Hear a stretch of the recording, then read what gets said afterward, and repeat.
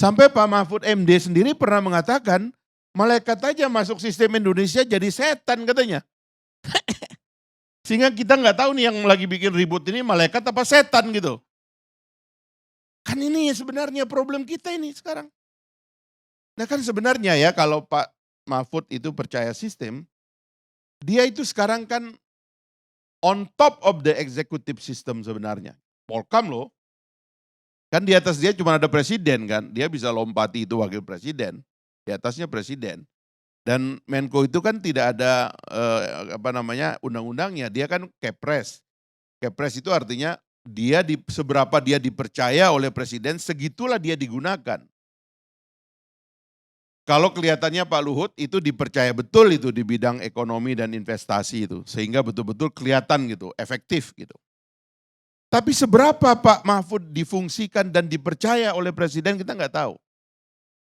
Karena kalau dia dipercaya sebenarnya begitu dia sebagai ketua komite tadi tahu ini ada masalah, kan sederhana. Kan tinggal ngumpulkan para pihak. Lapor dulu ke presiden, Pak ini ada masalah. Ya, kita menduga ada transaksi keuangan ilegal, money laundry di departemen ini jumlahnya sekian. Nah, minta petunjuk Bapak Presiden. Presiden bilang, habisi, kan kira-kira begitu. Gak perlu ribut lah, ini kumpul aja dulu. Ini ada profilnya kayak gini, tolong analisis. Ini mentah apa matang ini? Seperti kata Pak Yunus Hussein tadi. Kalau mentah jangan ngomong dulu dong, bikin matang dulu dong. Sambil kita menguji apakah sistem itu, kalau kita punya independensi, apakah sistem itu sudah merupakan bagian dari persekongkolan. Sebab yang kita percaya adalah diri kita, apakah kita adalah bagian dari persekongkolan. Kalau Anda bagian dari persekongkolan, pasti Anda nggak bisa selesaikan di dalam. Atau juga, kalau Anda bagian dari persekongkolan, Anda sekedar mau mengambil untung saja dari ini semua. Tapi intinya nanti Anda nggak bakalan selesaikan. Karena yang penting Anda sudah dapat gain dari pujian publik, karena sekarang nih orang kerja harus viral semuanya. Jadi Anda harus sudah dapat viral dulu. Setelah Anda dapat viral ya sudah cukup. Anda sudah dapat gain. Tapi persekongkolannya masalah ini tidak selesai. Tidak ada masalah yang diselesaikan. Nah jadi akhirnya sekarang di ruang eksekutif nih dugaan saya ini udah mulai ngunci nih. Karena begitu sampai ke DPR kan, persekongkolan berikutnya kan bermain lagi kan. Sebab malam ini setelah orang itu selesai atau di tengah-tengah orang rapat tuh, orang mulai ketemu di luar lagi dengan geng-geng itu. Sebenarnya nggak ada itu Pak, ya itu Pak Mahfud tuh mengambil untung aja itu Pak, begini. Itu udah ada rapat lagi di luar itu. Kalau begitu bilangin nanti teman-teman jangan diterusin itu, cukup rapatnya sampai sini aja. Nggak usah tuh bikin yang namanya angket dan sebagainya, cukuplah di sini aja. Ya kan rakyat sudah senang malam ini kan, Pak Mahfud juga udah dapat tempat gitu. Udah hentikan aja lah. Nanti kita di kementerian kita koordinasikan lagi nih. Nanti akan dikatakan bahwa ini ada salah catat dan sebagainya lah. Kira-kira begitu. Kan nggak akan ada investigasi. Nggak akan ada ruang yang memungkinkan kita untuk membuktikan. Karena tadi Pak Yunus juga mengatakan, ini kan kalau mau masuk ke penyelidikan, masuk ke penyidikan, ya kan? Masuk ke persidangan baru real ada pembuktian. Ini kan nggak akan ada pembuktian. Kebanyakan begitu. Atau kalau bisa nanti pembuktiannya arahnya yang lain. Ya kan? Arahnya itu perselingkuhan.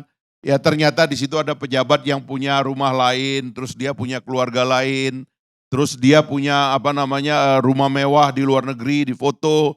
Beberapa bulan masuklah berita itu. Ada artis tertentu yang masuk dalam kelompok itu dan sebagainya lah. Public figure dan sebagainya. Cuman itu kok. Jadi itikat kita untuk menyelesaikan satu persoalan dalam negara itu menemukan jalan buntu. Makanya sebagai pemikir sistem kita harus memikirkan sebenarnya apa yang terjadi kalau kita mau menyelesaikan masalah ini gitu. Saya terus terang lagi-lagi saya mengucapkan feodalisme di Indonesia tidaklah hilang. Feodalisme di negara kita justru semakin fatal. Terutama dalam sistem yang semakin hari semakin kita tegakkan, ya, yang selalu ujungnya mendewa-dewakan orang dari kepercayaan kepada sistem, Dan pada akhirnya juga, ya mohon maaf, kalau kita bicara metode perbaikan negara kan, konstitusi susah kita ubah, undang-undang kita ubah setelah ada DPR dan presiden. Pemilu mengatur supaya presiden dan DPR itu dipilih dalam waktu yang lebih cepat karena inilah pergantian yang memberikan harapan. Tapi pertanyaannya adalah, apa betul pemilu ini juga akan menjadi penyelesaian? Ini kasusnya dari tahun 2009.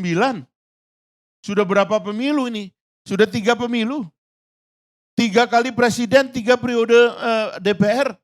Tidak ada investigasi.